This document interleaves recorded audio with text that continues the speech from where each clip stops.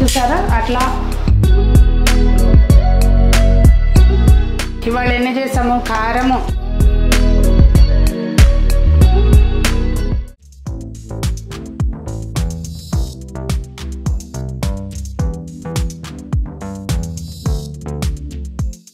పెద్దలందరికీ నమస్తే, పిల్లలందరికీ హాయ్. ఎలా ఉన్నారండి? అందరూ బాగున్నారా? మేము చాలా బాగున్నాం. మీరు కూడా చాలా చాలా బాగున్నారని ఆశిస్తున్నాను. ఈరోజు వీడియోలో మీకు నేను కొన్ని మసాలాలు ప్రిపేర్ చేసుకుంటున్నానండి. కూరకారం అది అయిపోయింది, నిండుకుంది. అది ఇంకా దాంతోపాటు కొన్ని పొడులు, కొన్ని గ్రేవీ ఏమన్నా కొన్ని పేస్ట్లు, కొన్ని పొడులు కొన్ని పేస్ట్లు ప్రిపేర్ చేసుకుంటున్నాను అనమాట. దాదాపు 7-8 రకాలు అన్నీ కలిపి ఏమేంటి అనేది వీడియోలో షేర్ చేస్తానండి. నేను Sunitha, welcome to the Telugu housewife. ముందైతే ఎందులో స్టోర్ చేయాలనుకుంటున్నాను, చక్కగా కడిగి తుడిచి పెట్టుకున్నాను. ఓకే, ఇప్పుడు ప్రిపరేషన్కి వెళ్దాము. కూరకారానికి ఇంకా మసాలా, గరం మసాలానికి అన్నిటికీ సరిపడా వెల్లుల్లిపాయలు అయితే ముందే బాగు చేసి పెట్టేసుకుంటున్నానండి. తొందరగా పని అయిపోతుంది కదా. నేను ఎక్కువసేపు నిలబడే పని లేకుండా కూర్చుని ఈ పనులన్నీ చేసుకుంటూ ఉంటాను. ఇంతకుముందు నా కిచెన్లో ఇంకో స్టూల్ ఉండేది కదా, అది ఇరిగిపోయింది, తెచ్చుకోవాలి మళ్ళీ. ఇప్పుడు ఇవన్నీ చేసేసుకుని అప్పుడు ఒకసారి నిలబడి చేసే పనులు ఉంటాయి కదా, అవి చేసుకుంటే సరిపోద్ది. అండ్ మా మమ్మీకి కంపెనీ ఈ రెండు. ఏ బుజ్జుకుక్క, మా మమ్మీకి తాకులు. ఎటు కూర్చుంది చూడు. ఏంటి ఒక్క కాలు మీద కూర్చున్నా? బొమ్మ, ఏం బొమ్మ? హాయ్ చెప్పు అందరికి. హాయ్. అమ్మో తాకు పెడుతుంది. బెల్లా, బెల్లా, దాని పేరు బెల్లా. ఇది ఏమి చెప్పమా. ముందు చారు పొడికండి. చారు పొడి అంటే సాంబార్కి, రసానికి, రెండిటికి ఒకటే పొడి నేను వాడేది. అది ఎలా చేస్తాము అనేది చూపిస్తాను. ఇది నాకు అత్తయ్య నేర్పించారు. చారు పొడికి అని చెప్పాను కదా, ఒక బౌలు కందిపప్పు, బౌల్ నుండి చిన్న కప్పు, మీరు ఎంత క్వాంటిటీ ప్రిపేర్ చేద్దాం అనుకుంటున్నారో దానికి అనుగుణంగా తీసుకోండి. ముందైతే కందిపప్పు అలాగే శనగపప్పు రెండు విడివిడిగా వేయించుకుంటేనే బాగుంటాయండి ఫ్లేవర్స్. ఏది ఎంత తీసుకోవాలి అనేది చెప్తాను మీకు. లేదు మాకు అంత ఓపిక లేదు అంటే కనుక కందిపప్పు శనగపప్పు వరకు కలిపి వేయించుకోవచ్చు. ఈ మసాలాలు మనం ప్రిపేర్ చేసుకున్నానండి, ఓపికగా వేయించుకోవటంలోనే దాని టేస్ట్ అనేది ఉంటుంది. ముందు కందిపప్పు చక్కగా కమ్మటి వాసన వచ్చే వరకు మంచిగా వేయించుదాము. పూర్వం చక్కగా కందిపప్పు పట్టేటప్పుడు కందులు వేయించి చక్కగా వాటిని ఇసిరి దంపి చెరిగి ఇలా ఉండేదన్నమాట ప్రాసెస్. అందుకని అప్పుడు వంటల రుచులు వేరండి. మేము కూడా ఏం చేస్తామంటే కందిపప్పు సంవత్సరానికి తెప్పించుకుంటే, ఇంకా ఇయర్ తెప్పించాను కానీ ఆ ప్రాసెస్ ఇంకా చేయలేదు.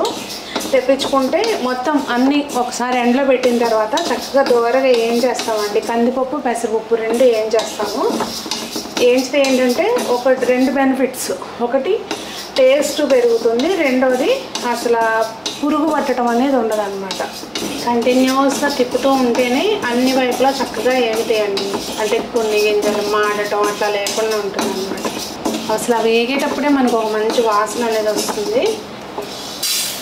ఇప్పుడు శనగపప్పు, కందిపప్పు బౌల్ నిండా తీసుకుంటే కొంచెం 3/4 వంతు శనగపప్పు తీసుకోవాలి.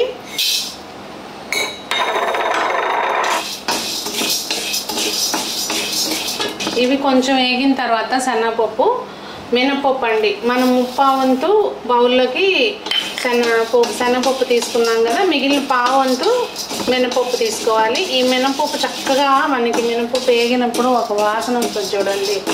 ఆహా, సున్నుండలు కాటికి వేయించేటప్పుడు వస్తుంది కదా. కొంచెం ఈ మినపప్పు దోరగా వేగినాయి అనుకున్నప్పుడు మెంతులండి, ఒక 1/2 స్పూన్ మెంతులు చక్కగా వేగితే మనకి చేదు రాదు, కమ్మదనం అనేది వస్తుంది. చాలా మంచిది కూడానండి ఆరోగ్యానికి.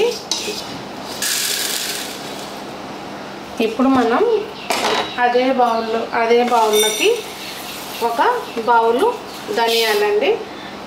ధనియాలు కావాలంటే ఇంకో గుప్పుడు ఎక్స్ట్రా కూడా వేసుకోవచ్చు. ధనియాలు ఎక్కువసేపు వేగవు కనుక మనం అందులోకి ఒక 10 నుంచి మీరు తినే కారాన్ని బట్టి ఒక 20 వరకు ఎండుమిర్చి వేసుకోవాలి. ఇక్కడ నేను ఫ్లేము ఇది మూకుడు బాగా వేడెక్కుందండి, ఆఫ్ చేసేస్తాను. ఒక నిమిషం ఆఫ్ చేసి వేసుకున్నాను. ఫ్లేమ్ అనేది అడ్జస్ట్ చేసుకోండి. ఎప్పుడు కూడా లో ఫ్లేమ్లో వేయించుకుంటేనే మసాలాలు చక్కగా ఏగుతాయి. మీకు ఇంత క్వాంటిటీ వద్దనుకుంటే దాన్ని బట్టి తగ్గించుకోండి మీరు. అలాగే 1 టేబుల్ స్పూన్ మిరియాలండి. ఇది నేను సాంబార్కి, టమాటా రసానికి, చింతపండు చారుకి అన్నిటికీ వాడే చారు పొడి అన్నమాట. అలాగే ఒక 2 స్పూన్లు జీలకర్ర. ధనియాలు కొంచెం ఆల్మోస్ట్ వేగిపోయినాయి అనుకున్నప్పుడు మిరియాలను ఈ జీలకర్ర వేస్తే సరిపోతుంది. ఆ వేడికే చక్కగా వేగిపోతాయండి. ఇందులో సొంటి ముక్క ఒక ఇంత 2 అంగుళాల పైన సొంటి ముక్క కొంచెం చితక్కొట్టి వేసేసుకోవాలి.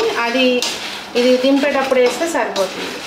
జీలకర్ర, ఆ ధనియాలు, మిరియాలు ఏగుతూ అసలు ఎంత మంచి వాసన వస్తున్నాయో.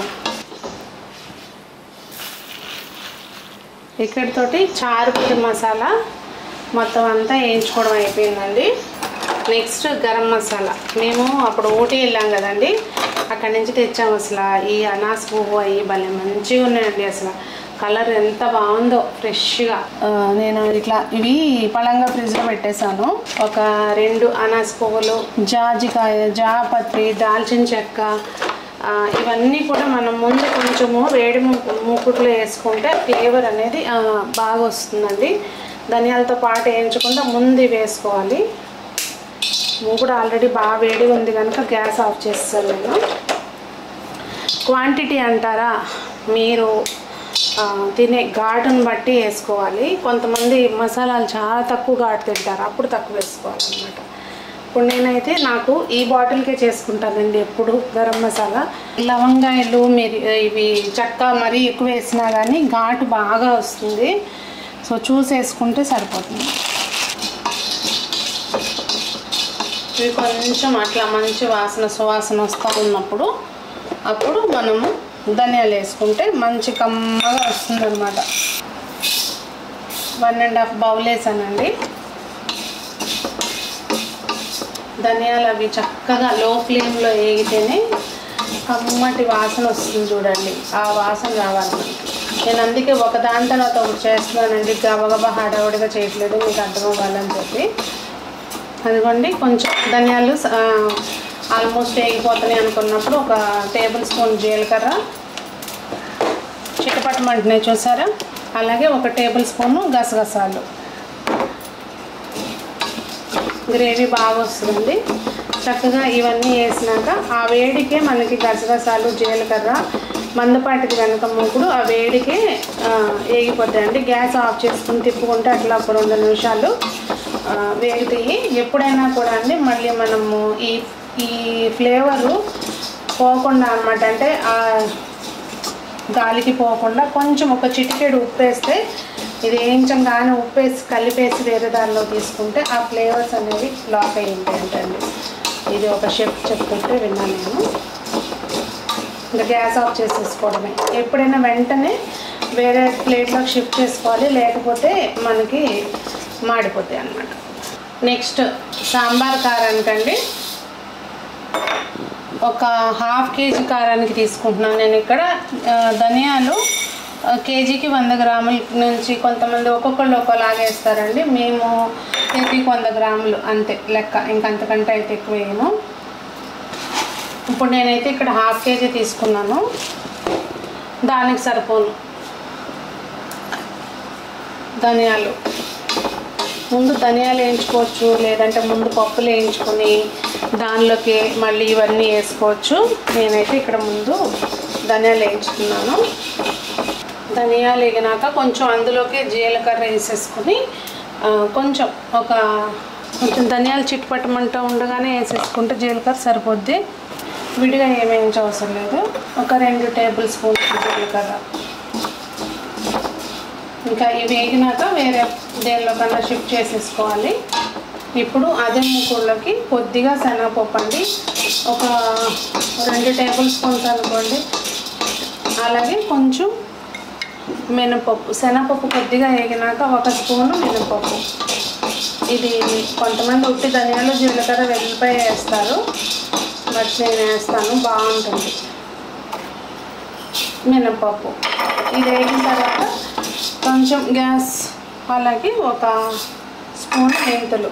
చక్కగా అన్నీ కూడా మంచిగా వేయించుకోవాలండి.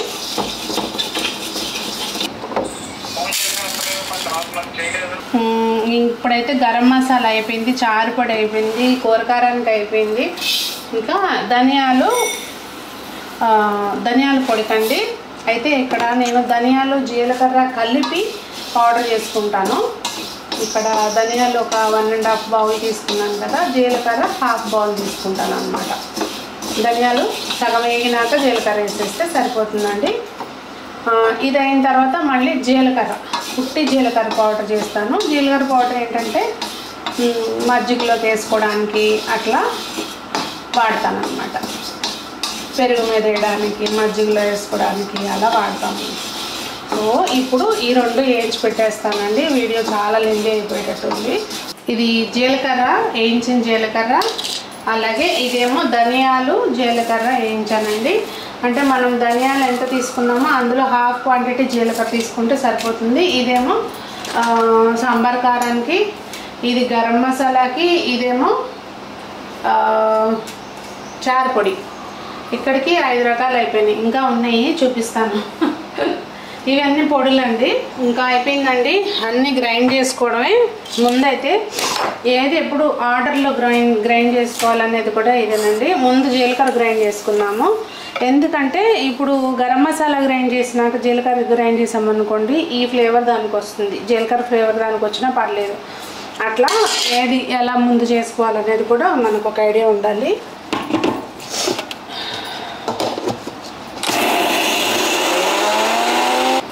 జీలకర్ర అయిన తర్వాత ధనియాలు జీలకర్ర కలిపి వేయించుకున్నాం కదా, అది పౌడర్ చేసుకుంటాను.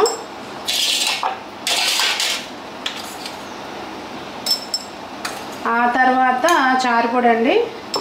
ఇంకా ఇందులో ఎక్స్ట్రా ఏమీ ఫినిషింగ్ టచ్ అంటే విడిగా మనం ఏమీ చేయాల్సింది లేదు కనుక ఇవి 3 గ్రైండ్ చేసేస్తాను.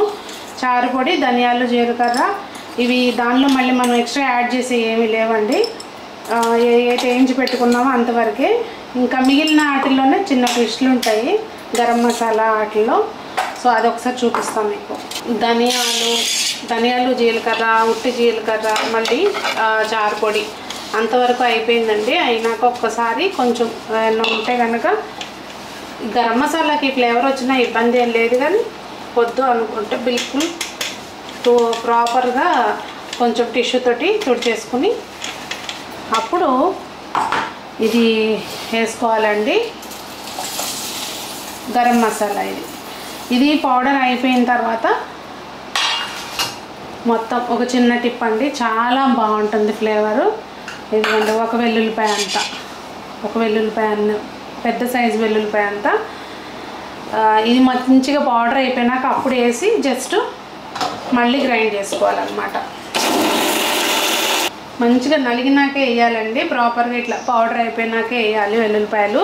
వేసి ఆన్ ఆఫ్ అంటే కంటిన్యూస్గా తిప్పకుండా ఆన్ ఆఫ్ చేసుకుంటూ తిప్పితే ఏంటంటే ఇట్లా శుద్ధలాగా అయిపోకుండా ఉంటుందన్నమాట. ఈ వెల్లుల్లిపాయలు వేయటం ద్వారా ఒక ఎక్స్ట్రా టేస్ట్ అనేది యాడ్ అవుతుంది. ఈ పొడులు ఎప్పుడైనా మనం ఇమ్మీడియట్గా సీసాల్లోకి తీసుకోకూడదు. ఇందాకంటే అప్పుడే స్టార్ట్ చేసాం, మిక్సీ ఎక్కువ వేయట్లేదు కనుక తీసాను. కానీ ఎక్కువగా మనం గ్రైండ్ చేసుకుంటున్నాం, కంటిన్యూస్గా వేడెక్కుతుంది అనుకున్నప్పుడు ఇమ్మీడియట్గా సీసాల్లోకి తీసుకోవద్దు. చూసారా, ఈ చారు పొడి నేను అదే ప్లేట్లోకి తీసి పెట్టాను. ఒకసారి దగ్గర చూపిస్తాను చూడండి. చూసారా, అట్లా ఆన్ ఆఫ్ చేసేసుకోవడం వల్ల పొడి పొడిలో ఆడుతూ వస్తుంది. చూసారా, అట్లా ఎక్కడ శుద్ధ అనేది అవ్వదు. ఇది మనం ప్లేట్లోకి తీసుకున్నాము, ఆడినాక అప్పుడు సీసాల్లోకి పోస్తాను. ఏదన్నా కింద వైపున కొంచెం ఉండలాగా అనిపిస్తే కనుక అది ఇట్లా అనేసుకుంటే వేడి మీద సరిపోతుందండి. ఎక్కడైనా ఇదిగోండి ఇట్లా 2-3 వెల్లుల్లిపాయలు సగమే నలిగి ఉన్నాయి, అలాంటివి తీసేసుకుంటే సరిపోతుంది. జార్కి ఏదన్నా కొంచెం ఎక్స్ట్రా ఉందనుకుంటే టిష్యూ పెట్టి తుడిచేసుకుని ఇప్పుడు సాంబార్ కారానికి వేస్తున్నానండి. కొంచెం సగం వేసుకుంటే బాగా పౌడర్ అవ్వాలి. ఎందుకంటే ఇందులో మనము కందిపప్పు, శనగపప్పు కూడా వేసాం కనుక ప్రాపర్గా పౌడర్ అవ్వాలి. సాంబార్ కారానికి మంచిగా పౌడర్ చేసుకున్నాం కదండి. ఇప్పుడు దీన్ని చేసుకున్న పౌడర్ని 2 భాగాలుగా చేసుకుని, అంటే మనము చేత్తో కలుపుకోగలిగితే చేత్తో కలుపుకోవచ్చండి. నాకు చెయ్యి ఊరికి కారం అవుతుంది, కొంచెం వెల్లుల్లిపాయలు పచ్చగా దంచుకొని చేత్తో కలుపుకోవచ్చు, కానీ నాకు అసలు పట్టదు కారము. ఇప్పుడు ఇందులో సగం వెల్లుల్లిపాయలు, అలాగే ఈ కారంలో కూడా ఇది 1/2 kg ప్యాకెట్ అండి, సైలస్ కిచెన్ కారమే. చెప్పాను కదా సంవత్సరం మొత్తానికి తెప్పించుకున్నాను నేనని చెప్పి. సగం ఇందులోది వేసేసుకుని ఆన్ ఆఫ్ చేసుకుంటూ గ్రైండ్ చేసుకుంటే ఏంటంటే మిక్సీ అది శుద్ధంలో అవ్వకుండా ఉంటుంది. ప్రాపర్గా ఉల్లిపాయలు కూడా మంచిగా నలిగిపోతాయండి, ఇబ్బంది ఏమి ఉండదు. పెద్ద జార్లోకి వేస్తున్నాను నేను. ఇలా ప్యాకెట్స్ కట్ చేసినప్పుడు పొరపాటుగా కూడా ఇవి విడిగా పడేయకండి, ఇందులోకి వేసి పెట్టండి, ఓకేనా. పాల ప్యాకెట్లు అయినా ఇవైనా.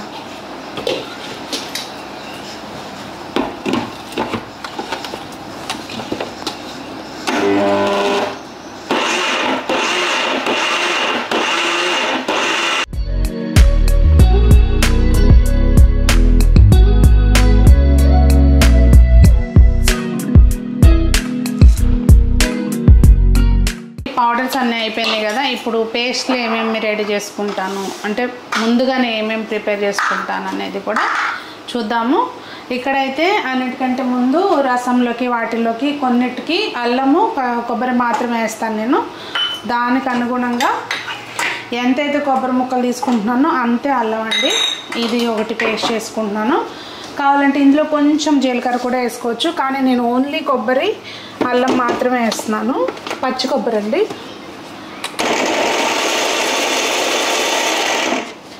సారీ, దీనికి కొంచెం ఉప్పు కూడా వేసుకోవాలి, అంటే నిల్వ ఉంటుంది కనుక ఉప్పు కూడా వేసుకోవాలి.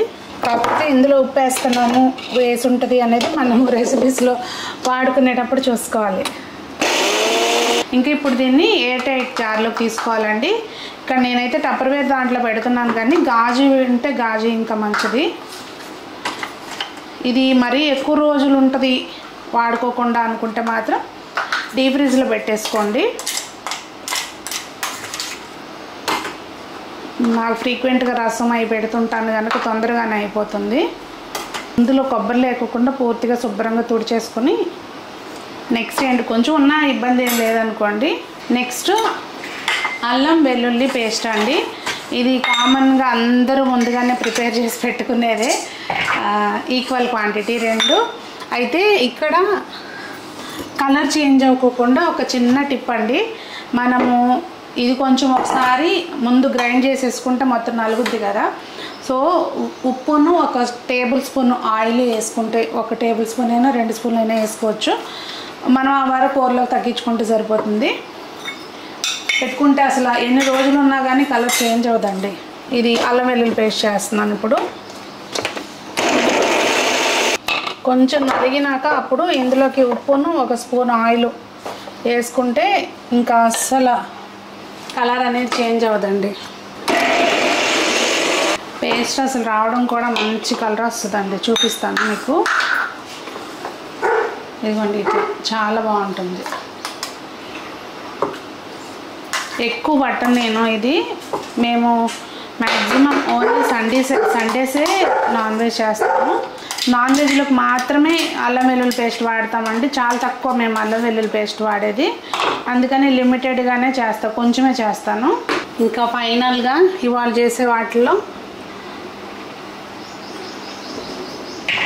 అల్లం పచ్చిమిర్చి పేస్ట్ అండి.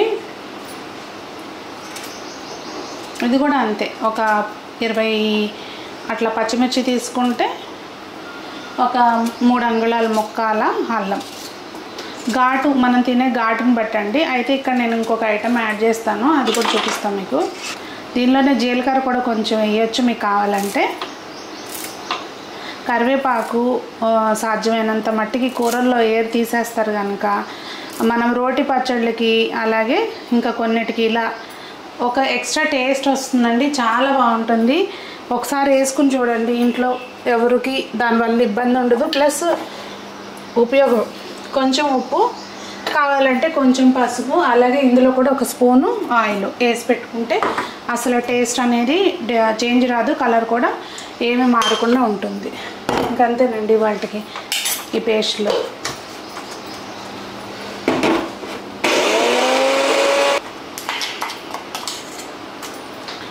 ఇదిగోండి ఇవాళ ఎన్ని చేసాము, కారము, ధనియాలు జీలకర్ర పొడి, మన గరం మసాలా, రసం పౌడరు, జీలకర్ర పౌడరు, ఇక్కడికి 5 రకాలైనవి.